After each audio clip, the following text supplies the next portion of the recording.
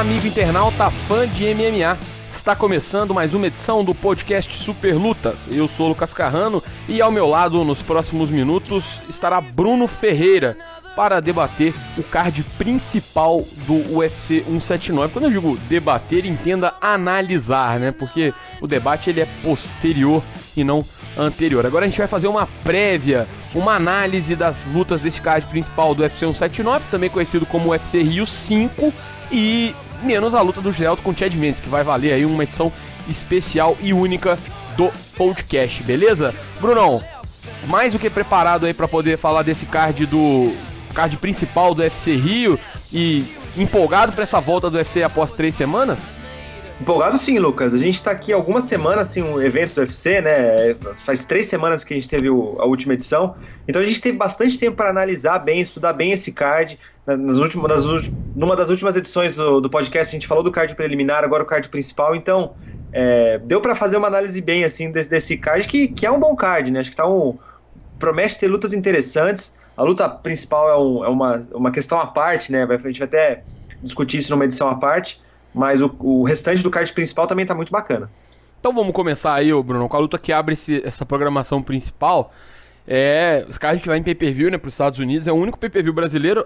O UFC tá repetindo isso nos últimos anos. Um pay-per-view no Brasil, sempre mais aí da segunda metade do ano. E esse ano coube novamente ao Rio, né, ser sede pela 5ª vez e todas elas em pay-per-view, né.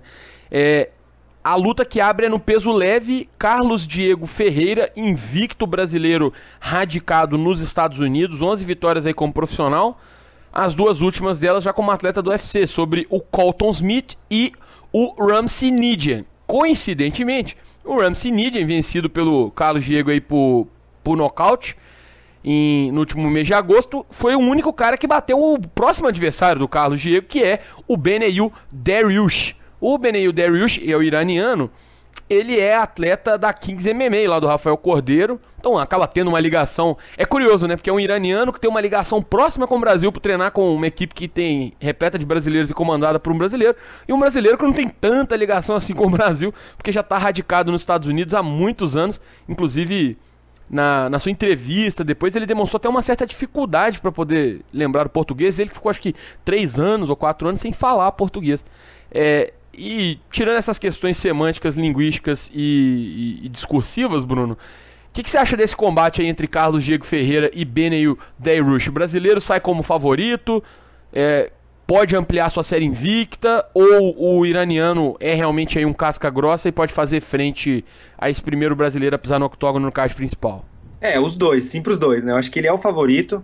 Acho que o Carlos é uma grata surpresa, né, nessa categoria dos leves, porque ele não é um cara tão conhecido assim, principalmente aqui no Brasil, por esses motivos que você citou, né, ele passou muito tempo fora do Brasil, então ele não era lá um dos atletas mais conhecidos aqui pro público brasileiro, mas ele é uma grata surpresa, né? Ele fez 2 lutas no UFC, venceu as 2 de maneira muito convincente, inclusive contra o Ramsey Nidian, que vinha num momento crescente, né, justamente por ter batido o Dariush, que também era um cara que vinha fazendo um barulho ali na parte de baixo da divisão dos leves, e é justamente por isso que eu não entendi muito bem o casamento dessa luta, porque o Carlos ele tá num momento de pegar talvez um cara mais conhecido, e eu acho que também a luta não faz tanto sentido assim, justamente por esse motivo que você citou, né, ele ganhou do Ramsey Nidian e depois ganhou do cara que o Ramsey Nidian tinha acabado de ganhar, ou seja, não me parece ser um passo à frente.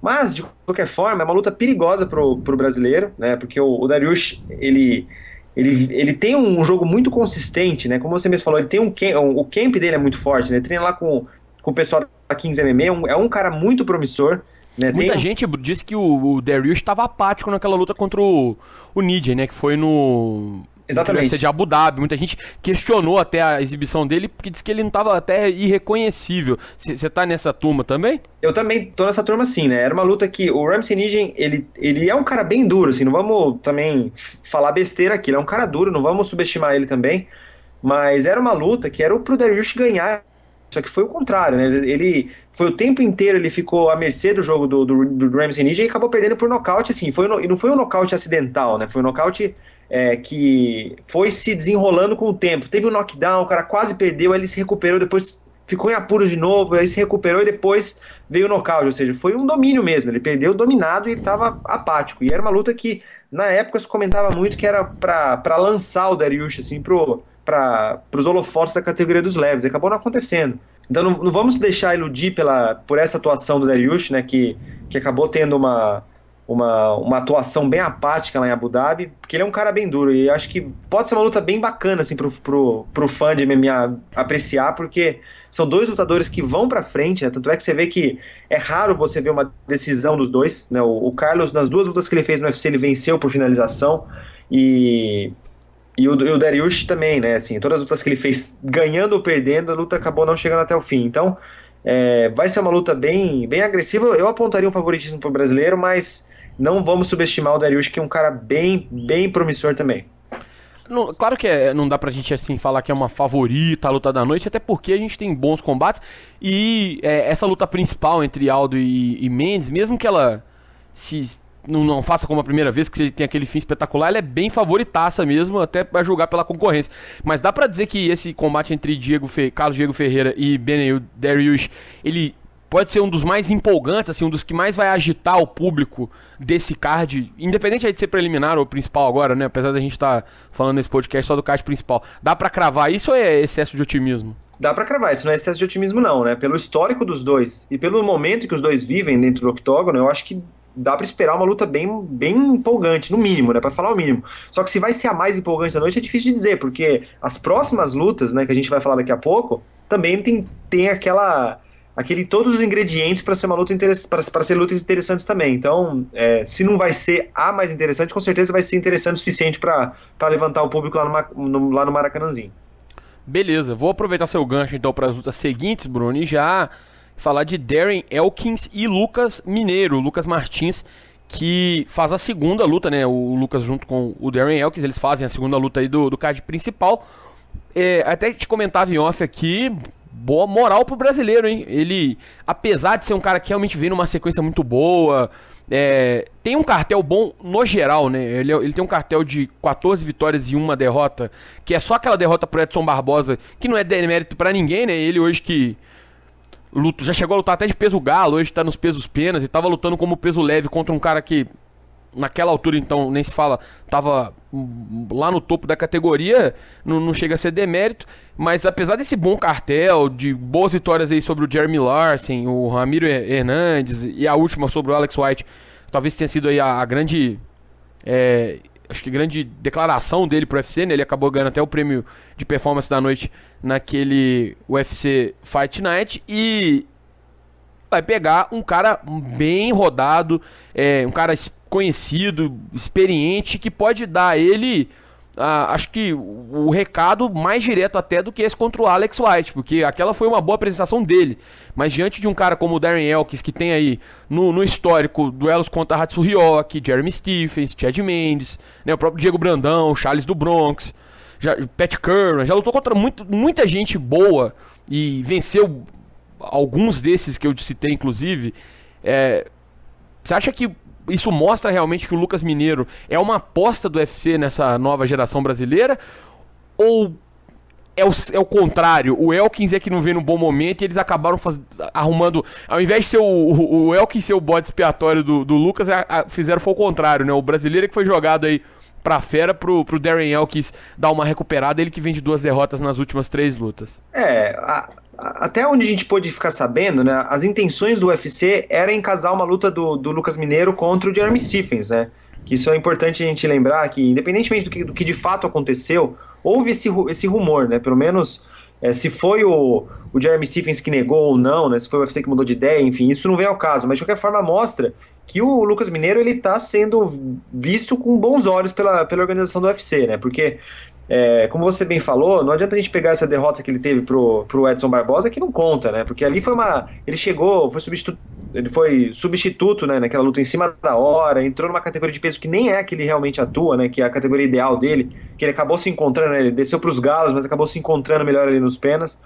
Então, essa luta com o Darren Elkins, eu acho que ela é interessante porque vai servir de parâmetro, né? Eu acho que isso é uma coisa que a gente bate na tecla em algumas edições aqui, porque realmente é uma coisa que é interessante de se ver de vez em quando, esse atleta que tá chegando, que tá pegando caras desconhecidos e ganhando de forma dominante, ele pegar esse cara que é mais rodado, que já tem lutas contra caras que a gente sabe que são bons, né?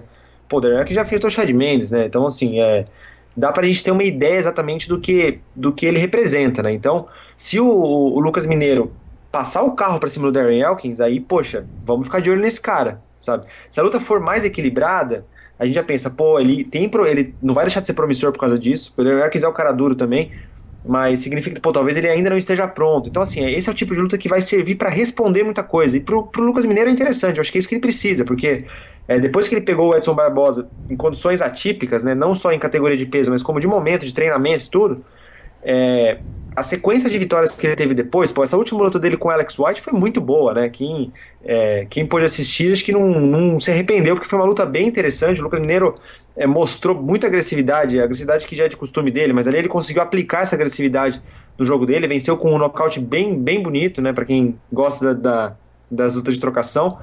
Então, eu acho que é uma luta que vai responder muita coisa pro Lucas Mineiro. Então, tem tudo para ser uma luta bacana também, né? Como eu disse na análise da luta anterior, também acho que as primeiras lutas do card principal são bem promissoras, né? Mesmo que não seja assim de grandes nomes, né? Poxa, o Lucas Mineiro ainda é um cara que está chegando, está conquistando aos poucos o espaço dele, mas é uma luta que promete ser bem interessante também. O brasileiro acho que tem condições de vencer pelo estilo dele, né? Acho que ele cada vez está mais conseguindo ajustar o jogo dele, porque assim, a trocação dele é boa, né? Ele troca muito bem, tem poder de nocaute, o que não é tão frequentemente visto na categoria dos pênaltis. Tem gente que é muito mais de ficar ciscando, né? De pontuar e não ter aquele poder de decisão maior. O Lucas Mineiro não, ele tem um poder de nocaute bem grande, e eu acho que essa tem tudo para ser a luta dele de revelação, assim, para fazer o cara aparecer mesmo para os olhos lá de fora também, que eu acho que isso que é interessante também, né? O pessoal lá de fora, do lado dos Estados Unidos, começar a ver o Lucas Mineiro como um cara promissor e fazer com que cada vez mais ele lute nesses eventos importantes, contra adversários mais rodados, para que aí sim ele consiga chegar a galgar ali uma posição no ranking dos penas, né? Vamos ver o que vai acontecer, mas acho que o brasileiro é uma luta boa para ele, assim como eu disse que na luta que vai abrir o card principal, né, do Carlos Diego Ferreira contra o Dariush. Não sei se foi uma luta muito boa pro brasileiro, nesse caso não, acho que nesse caso foi uma luta perto da ideal, assim, pro brasileiro, porque é uma vitória que vai dar muitos ganhos a ele em termos de ranking, em termos de reputação lá fora também. Ô, Bruno, uma outra questão aqui sobre essa luta é que o Lucas é um cara que não gosta de deixar a luta ir pra decisão, né? Das vitórias todas que ele teve foi apenas uma por decisão, e isso lá no início da carreira dele, inclusive.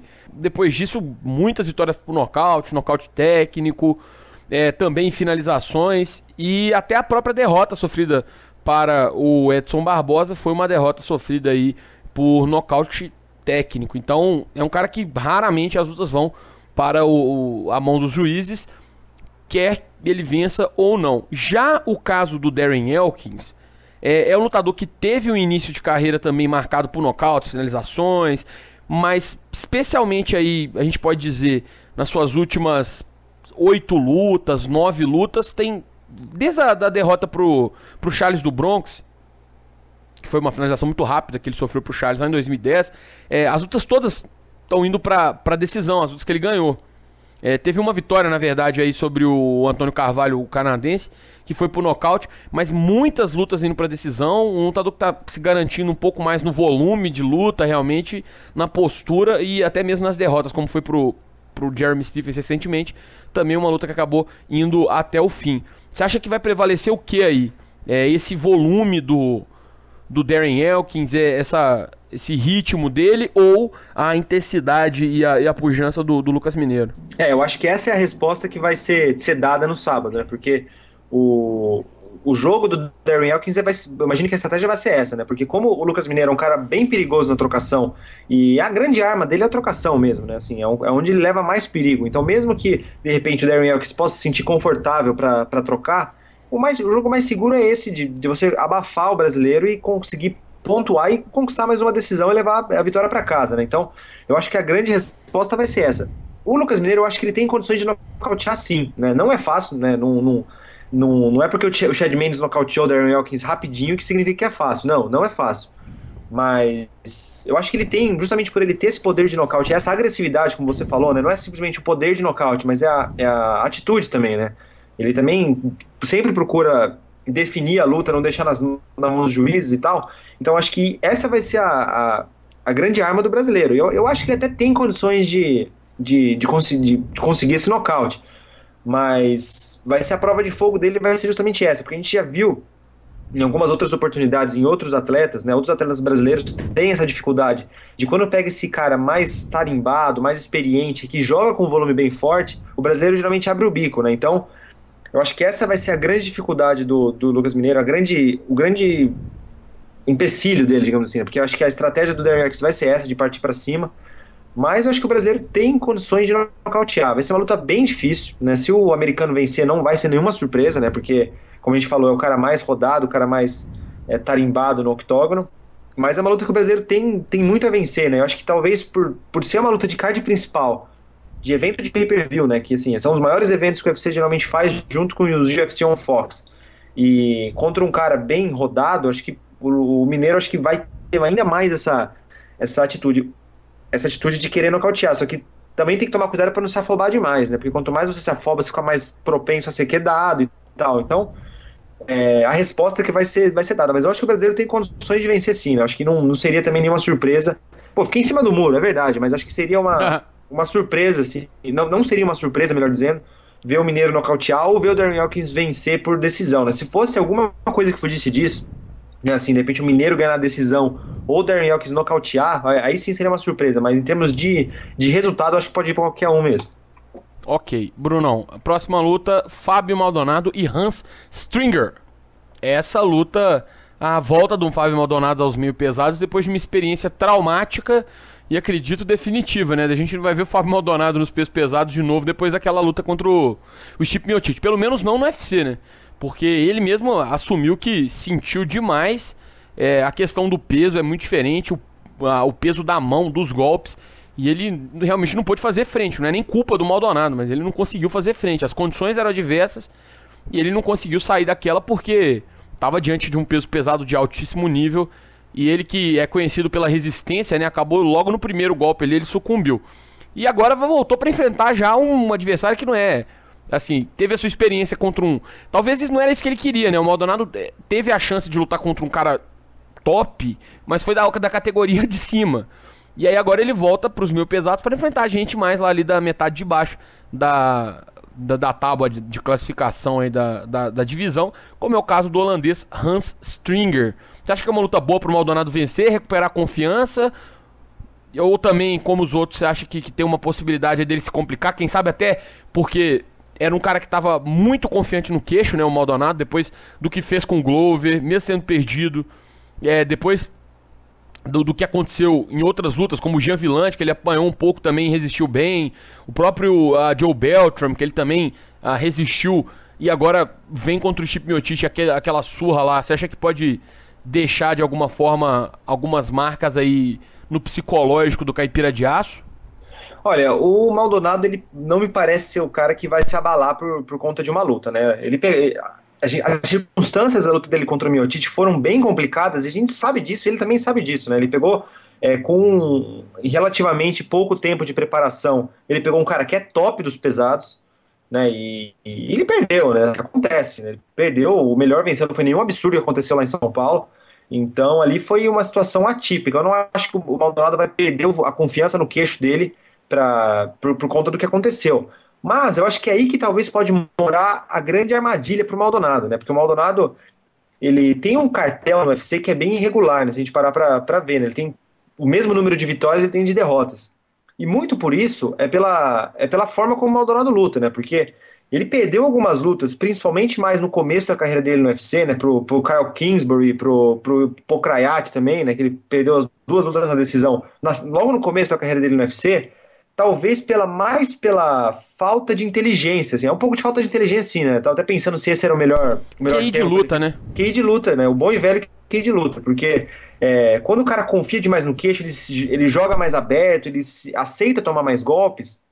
Mas tudo bem, mesmo que não derrube, pontua, né? O cara que te acerta 15 socos, mesmo que você fique de pé, o cara tá pontuando, isso vai contando também. Então acho que o Maldonado sofreu umas derrotas meio bobas no começo da carreira dele no UFC por causa disso. Porque ele queria confiar demais no queixo dele, queria dar aquele show, queria partir pra cima. A gente entende o lutador ter essa vontade de lutar, né? Eu elogiei o Lucas Mineiro por ser assim, né, agora há pouco, mas também tem que ter aquela linha tênue. Você não pode também querer só dar o show, só finalizar, mas também jogar o resultado pela janela, né? Porque o lutador também tem que ter essa ponderação na cabeça quando vai lutar, assim, poxa, eu vou partir para cima para nocautear, mas também não posso tomar cuidado para perder a luta por bobeira, né? Então eu acho que é aí que pode morar a grande armadilha pro Maldonado, assim, né? De ele saber que, poxa, minha última luta eu perdi rápido, era um main event e tal. A gente viu, né? A gente tava lá em São Paulo, né, Lucas? A gente viu como é que o Maldonado reagiu com a derrota, né? A gente viu ele saindo da arena já chorando, tava envergonhado, depois ele postou na internet, poxa, me sinto envergonhado, nunca imaginei, poxa. Então, assim, se ele de repente pensar, poxa, eu perdi essa luta da forma como foi, agora eu tenho que dar a volta por cima, ou seja, tenho que compensar, eu acho que aí pode morar a grande armadilha para ele, assim, de ele querer dar show a todo custo, de confiar no queixo, vamos chamar a galera e tal, e de repente perder uma decisão por bobeira. Então, eu acho que eu tô mais curioso para ver como o Maldonado vai se comportar nesse sentido, porque em termos de jogo, ele tem um jogo pra ganhar do Handstringer fácil, assim. Fácil também não, mas ele tem totais condições de vencer, assim. Eu acho que o Maldonado, como eu disse, assim, se ele tivesse um pouco mais de estratégia, né, ele talvez poderia estar mais acima no ranking, poderia estar até brigando ali para chegar no top 10, assim. Não sei se estou exagerando, mas eu acho que ele tinha potencial para estar na posição muito melhor para quem já está no UFC já há 4 anos. Então, vamos ver como é que o Maldonado vai se comportar, né? É verdade, a gente fica aguardando aí o Fábio Maldonado de volta à sua própria categoria pra ver como é que ele reage aí depois dessa passagem aí pra se esquecer pelos pesados contra o Hamstring, que é um cara que não tem tanto nome, mas tem um retrospecto recente até positivo, vem de boas vitórias, a última delas aí sobre o Francimar Bodão, inclusive na sua estreia do UFC. Ô Bruno, a luta que a gente vai falar por último aqui nessa nossa edição do podcast sobre o card principal, do UFC 179, é Glover Teixeira e Phil Davis, mais uma luta de como o cara vai reagir à derrota. E na verdade aí como os caras, né? Porque o Glover vem de um sacode pro John Jones como ele nunca tomou na carreira. Não vou nem dizer como ele não se via há anos, né? Mas ele nunca tinha perdido dessa forma na carreira. Ele tinha pouquíssimas derrotas e todas lá no passado. Acho que ouso dizer que ele tinha esquecido como é que era perder, porque foram quase 9 anos aí sem saber o que era ser derrotado e coitado, né? Foi justamente daquela forma. E pro John Jones, assim, inspiradíssimo. Uma das atuações mais seguras e convictas que eu me lembro de ver do John Jones aí dentro do octógono. Dominante, não deu chance pro brasileiro e ele volta agora. Por outro lado, o Phil Davis, que tinha naquele mesmo card uma expectativa enorme de disputar o John Jones. O Phil Davis parece que se desligou um pouco, né, do que era o objetivo dele. Em vez de preocupar em lutar com o Anthony Johnson, ele começou a querer cavar o posto de próximo desafiante encarando o John Jones ao invés de encarar seu próprio adversário, dando um miguezinho ali, outro aqui, e falando demais, e acabou que chegou na hora H lá, foi subjugado pelo Anthony Johnson, tirado pra nada, e acabou derrotado, e agora os dois vão fazer uma luta aí que pode dizer muito, né, porque quem perder anda muito pra trás aí na divisão de meio pesados. E você acha que a pressão vai falar mais alta aí entre o Glover e o Phil Davis, Bruno? Eu acho que os dois estão igualmente pressionados, né? O Glover também não me parece ser um dos caras que se deixa se abater muito por isso, né? Porque ele teve a chance dele disputar o cinturão, ele perdeu de forma justa, né? Assim, não foi nenhum absurdo que aconteceu ali em Baltimore, né? No UFC lá em abril. Então eu acho que o Glover tá com a cabeça boa, assim, de que, poxa, se eu quiser disputar o cinturão de novo, eu vou ter que retomar o meu caminho. Nesse ponto, eu acho que o Phil Davis está numa situação mais delicada, porque o Phil Davis é aquele cara que vai, que anda, que vai morrer na praia na hora de disputar o cinturão, né? Foi assim quando ele perdeu pro Rashad Evans há alguns anos, há 2 anos atrás, foi assim agora quando ele perdeu pro Anthony Johnson. O UFC então... é um Fox 2, o pior evento da história do UFC. Não, o pior não, mas um dos piores. Aquele evento foi de doer. Aquele evento não deixou saudade e a luta também não deixou saudade, né? O Phil Davis não fez nada. Entre as lutas ruins que aquele evento teve, Phil Davis e Rashad Evans conseguiu se destacar, então veja só. Pois é, foi uma luta que deixou bem a desejar e assim, o Phil Davis perdeu as 2 derrotas que ele teve na carreira, ele teve atuações completamente apáticas, né? Então, eu acho que nesse ponto ele tá mais pressionado que o Glover, porque se ele sofrer uma nova derrota, o que é possível, né? Vamos ser sinceros, ele realmente é uma possibilidade de perder pro Glover. E se de repente ele também tem uma atuação apática, eu acho que aí sim ele vai ficar com aquela pecha de cara que não vai chegar para disputar o cinturão nunca, né? E isso para um atleta de alto rendimento que sonha em lutar com o John Jones ou disputar o cinturão, esteja lá na mão de quem esteja, é ruim, né? Então, eu acho que o Phil Davis está um pouco mais pressionado porque eu acho que é mais decisivo para ele, assim. Porque o Glover já teve a chance dele disputar o cinturão, o caminho dele para disputar o cinturão foi muito mais sólido do que o Phil Davis já fez na carreira dele, né? O Phil Davis, mesmo quando ele venceu nas outras vezes, né, que nem a luta dele contra o Lyoto no UFC do Rio do ano passado, não foi nada convincente, né? Não foi uma luta nada convincente, foi uma luta até que surpreendeu muita gente que tinha apontado o Lyoto como vencedor. Então, assim, eu acho que tem muito mais coisa em jogo pro Phil Davis do que pro Glover, mas a pressão é pros dois lados, Bruno. porque... Oi. E mesmo assim, hoje olhando pra trás, né, a gente observando o cartel nessa altura do campeonato, o cartel do Phil Davis, você olhando a grande vitória da carreira dele é contra o Gustafsson, né? Me parece ser pelo menos. Teve aquela vitória contra o Minotauro também, mas que foi também assim uma vitória um pouco menos impressionante porque foi por decisão, foi uma atuação sólida, ok, mas foi por decisão. Mas aquela finalização dele com a Anaconda Choke no Gustafsson talvez tenha sido a grande vitória da carreira do Phil Davis. E o que acontece é que mesmo essa vitória contra o Gustafsson, que é o grande momento aí se você for pegar os highlights do Phil Davis, você tem que relativizar um pouco, né? Porque o Gustafsson virou esse lutador todo que a gente conhece hoje, ou que todo mundo espera que inclusive volte a enfrentar o John Jones, que é tido aí como o grande algoz, a grande rivalidade dessas categorias pesadas, justamente depois daquela derrota, né? Ele foi treinar nos Estados Unidos, ele melhorou muito, então... Treinou mesmo com o Phil Davis, inclusive. Né? Com o Phil Davis, ele foi treinando até na mesma academia, né? Então, assim, mesmo esse grande momento da carreira dele, se você for botar na balança, não é aquela Brastemp toda. Então o cara fica um pouco... realmente, se você for parar pra pensar, assim, em perspectiva... Isso aí que você disse é verdade, você diminui ele de patamar e acaba até colocando o Glover um pouco mais acima, né? Essa vitória dele com o Gustafsson se tornou interessante com o tempo, né? Porque na época o Gustafsson ele era um cara promissor, né? Muita gente já falava, fica de olho nesse sueco que ele é bom, esse moleque sueco é bom, usa bem envergadura, é alto. Mas na época, né, nesse UFC em Abu Dhabi, a gente não sabia exatamente o que ele ia virar, né? Então, quando o Phil Davis venceu aquela luta, na época... não teve lá um grande significado, assim, não foi assim que, nossa, todo mundo... Sim, realmente, com o passar do tempo, a gente viu o lutador que o Gustafsson se tornou, realmente, sim, poxa, é uma senhora vitória, mas tirando isso, você vê assim, qual foi a outra vitória do Phil Davis de encher os olhos? Poxa, nem quando ele pegou atletas muito situado, nem quando ele pegou atletas muito abaixo dele no ranking, né, como foi o caso quando ele pegou o Wagner Caldeirão, também no Rio de Janeiro, né, não foi uma luta de encher os olhos, assim. Poxa, ele dominou o Caldeirão, ele jogou o Caldeirão pro chão do jeito que ele quis, né? Foi um domínio, mas não foi assim aquela vitória de encher os olhos. A gente fala, nossa, cara, vamos ficar de olho esse Phil Davis vai dar trabalho. Eu acho que é isso que incomoda também, sabe? Acho que o Phil Davis, além de não ser esse cara que na hora do vai ou racha, ele vai, não, ele sempre racha, né?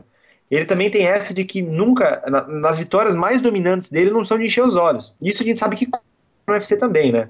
Então, o Phil Davis, mesmo quando ele emendou um monte de vitórias seguidas, ele não conseguiu chegar tão perto do cinturão como ele acha que deveria estar. Agora que ele vem de vitória, talvez a situação é um pouco mais delicada. Então, eu acho que a pressão está do lado americano. Assim. Acho que ele tem que, para ele conseguir retomar o caminho dele para disputar o cinturão, ele tem que não só que vencer, mas tem que convencer. Eu não consigo imaginar ele vencendo e convencendo o Glover. Assim. Eu acho que se ele vencer, vai ser uma luta bem amarrada, bem chata, sabe? Eu tô usando o termo chato, assim, porque é o que muita gente fala, assim, né? Porque não consigo imaginar ele dando knockdown no Glover, ele finalizando o Glover. Não, eu acho que vai ser uma luta, assim, de levar pro chão, controlar bem ali. Não vai ser empolgante pra torcida, a torcida não vai gostar. Vai ser eu imagino que se o Phil Davis vencer, vai ser assim. Em contrapartida com o Glover, não. O Glover já tem esse estilo mais finalizador, de mais decisão. Decisão no sentido de decidir a luta, né? Não de levar pra decisão. Então, eu acho que por todos esses fatores, o americano tá com as costas na parede, né? Vamos ver como é que ele vai se comportar aí. Ok, então a gente aguarda, acompanha essa luta aí, fica atento, porque é uma luta importantíssima pros rumos da categoria meio pesado. Porque, claro, tem Daniel Cormier aí, tem Gustafsson na fila, mas logo em seguida não aparenta ter ninguém chegando com tudo. Então, é bom o vencedor desse combate ficar atento, porque pode acabar sobrando alguma coisa aí no futuro. Principalmente agora que o Anthony Johnson aparentemente está fora do cenário, né, por conta dos problemas aí extra-octógono, usando um termo bem futebolístico. E a gente fica de olho então nesse card aí preliminar. E a gente fica de olho então nesse card principal do UFC 179. Galera, te encerra assim então essa edição do podcast Super Lutas. E voltamos ainda nesta semana para falar da luta principal do UFC Rio 5, José Aldo contra Chad Mendes.